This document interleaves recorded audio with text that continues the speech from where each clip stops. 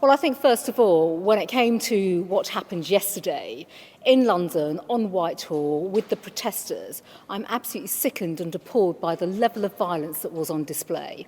Police officers were abused and police officers were injured, and we have a police officer that is seriously injured and in hospital right now, and that is absolutely unacceptable.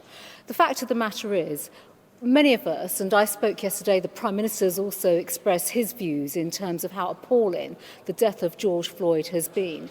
However, we are in the midst of a health pandemic right now, and under the rules that we have put in place, it is illegal for gatherings of 6 or more people outside in open air to get together, and that is unacceptable. And I ask again, as I did yesterday, for people to not protest, to follow the rules that are in place, because those rules are there and they are designed to protect the NHS and save lives.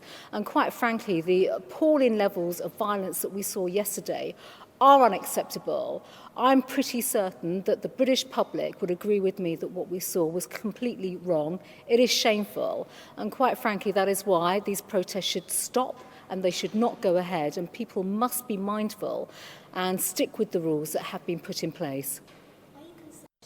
Well, I think that is utterly disgraceful, and that speaks to the acts of disorder, public disorder, that actually have now become a distraction from the cause in which people are actually protesting about and trying to empathise and sympathise with.